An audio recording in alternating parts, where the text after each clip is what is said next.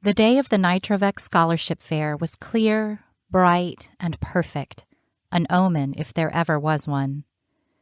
Katie was doing a few last-minute checks on her project to make sure it sparkled. She didn't want to take any chances on something being out of balance. The judging was starting in only 30 minutes, and everything needed to be perfect if she was going to win. She stepped back, put her hands on her hips, and smiled. Perfect and unavoidably grand. Her entry was a large mobile made of intricate glass pieces, each turning on its own gleaming silver wire. The slightest breeze moved the pieces like multicolored snowflakes in slow motion. It was brave, it was bold, it was her masterpiece, if she said so herself. She stole a glance at Peter, one table over, bent over and fiddling with some tube on his project. His wavy black hair flopped over his blue eyes, and her heart did a flip, sticking the landing. She sighed. Steady.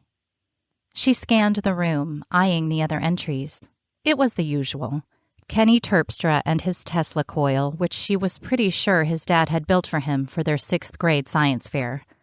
Looked like Ronnie Sharp had taken some tadpoles from the creek, stuck them in his sister's blue wading pool, and called it the miracle of life. Down the row, Lisa Banks was trying to coerce some white mice through a maze, but they seemed more interested in crawling up her arm. Katie grinned internally. The competition was thin this year.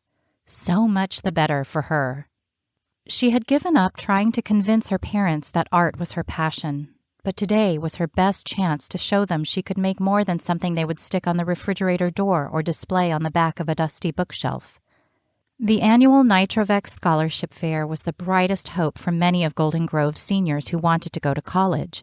Funded by John Wells, the always upbeat founder of the local chemical plant where Katie's parents were chemical engineers, first prize was such a big gift that for some students it determined where you could afford to go to college. That wasn't as true for Katie. Her parents were happy to send her to pretty much any decent school, as long as it wasn't the Mason School of Art in Chicago that she'd had her eye on since 8th grade.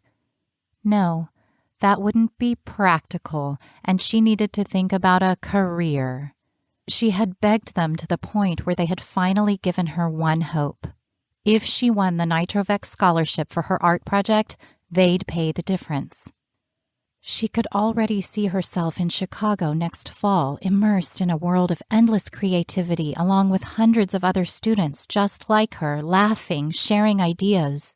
No more condescending comments like, "That's nice, but what do you really want to do with your life?"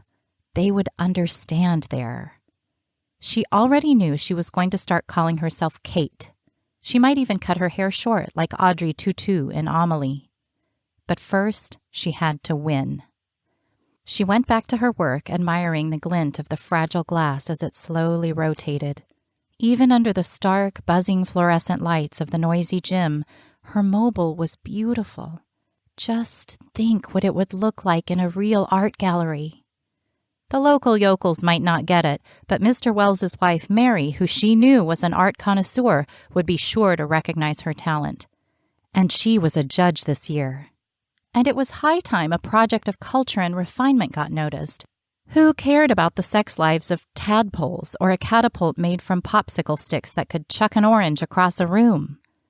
The only downside was that Peter had a project in the running too, and if she won, that meant he would lose.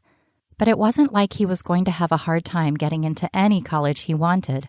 He got straight A's in everything. She chanced another glance at his project, and she had to admit it looked impressive. She wasn't exactly sure what it was supposed to be, but it had the requisite metal tubes, wires, and hoses sticking out of it. A little wisp of steam or something floated up from one of the connections. The corners of her mouth drooped. It looked like he was her competition. She'd begun working on her project in early summer, right after school had ended. But she'd told Peter she had a problem she had to admit she'd created only to get his help. How to balance the glass in her intricate mobile. It was just science-y enough to get his attention and get him into her basement where she was working on it.